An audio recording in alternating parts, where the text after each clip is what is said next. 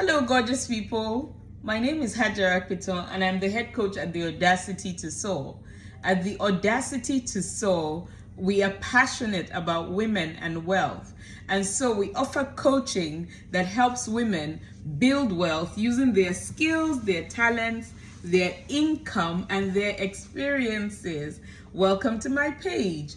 I got a DM that asked from a younger lady who was asking, if you wanted to build wealth again, if you were starting from the beginning, what would you do? Watch part 1 of the video below. But in part 1, I say the first thing I would do is I would actually define what wealth is for me, because building wealth is subjective. There's no one size fits all. You have to first determine for yourself, this is what it looks like for me to be wealthy so that I can start building it. In fact, I think that's the difference between building and stacking, letting life just happen to you. The difference is that when you're building, you actually are intentional. You take out time to say, what am I building? Nobody builds a house without first drawing up a plan. So that definition is really important. Now, I would say, having defined what building wealth looks like for me, the next thing I would do, I'm assuming that because we're young and we're just starting out in life, we're probably looking for a job. If you're the kind who would never look for a job, that's fine. So it's not like, like I said, no, one size doesn't fit all. This is just what I would do. So one of the things that I did in all the years that I worked was I kept saying that I worked full-time, because I worked full-time for myself, but that I worked full-time as an employee. One of the things that I kept saying was that my salary was my investor. I think this is really important. My salary was my investor. And what that meant for me was that I was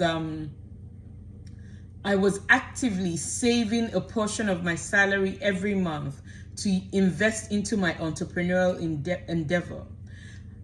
A lot of us in Africa, I hope that that's changing now. I started my business, Owambe Candles, about 14 years ago, right? That's one of the businesses that I run about 14 years ago. And at that time, access to funds for entrepreneurs wasn't necessarily as common. You had to have proven your business, you had to prove that it was working and stuff like that. And I also wanted to build my business in a way that was organic to me. I wanted to take my time and grow what was important to me. So I was using, the source of funds I had were mine, right? And my salary was a really good source of funds for me.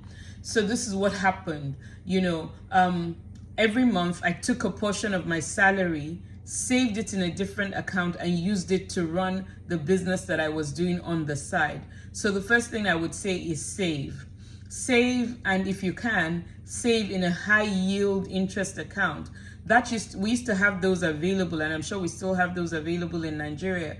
High yield interest account that you're able to keep your money there. You probably have to keep a certain minimum balance, or one that they trade with, and you get your money back in a couple of months and all of that, but you get a high yield interest. That's one of the things I would do, as my second step. The next thing I would do with that is I would also create a side hustle. I don't like to use the word hustle, and I don't like to call my business a small business. All my businesses will grow to unicorn status and be amazing. But in the interim, I would use it to grow the business that I'm passionate about on the side.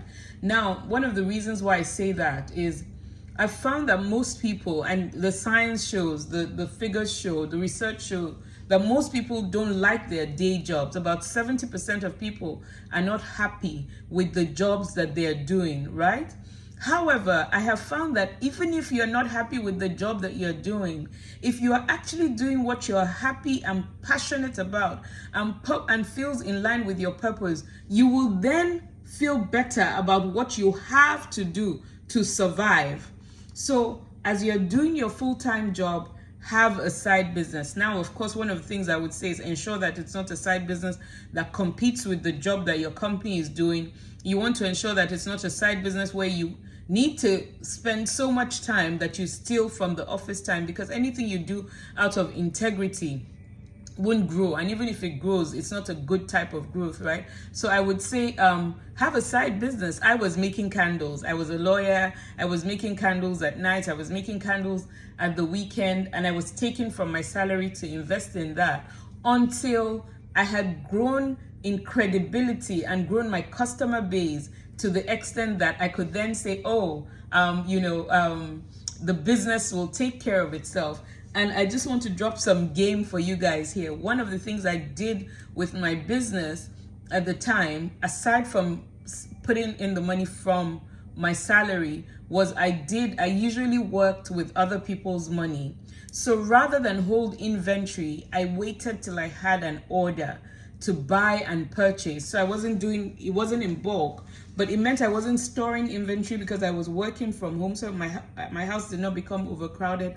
But it also meant I wasn't spending money in advance and keeping products that nobody wanted. So I was responding to the demand in the market that way. And so in these times, if you're watching this, and the lady who sent the question, if you're watching this, one of the best ways to actually replicate that kind of structure is drop shipping, where people are ordering from you, you're ordering from the manufacturer, they're waiting for a period, and they're getting their goods, but you are not spending any of your money, but you're getting them premium products that they want while at work. So you're earning money from it, and you're earning money from your work. That's one of the things I would do. I would work, I would create a side business, I would save the money from the side business for what from work, for my salary, for what I'm in a high yield interest account, so that I can use it for other things.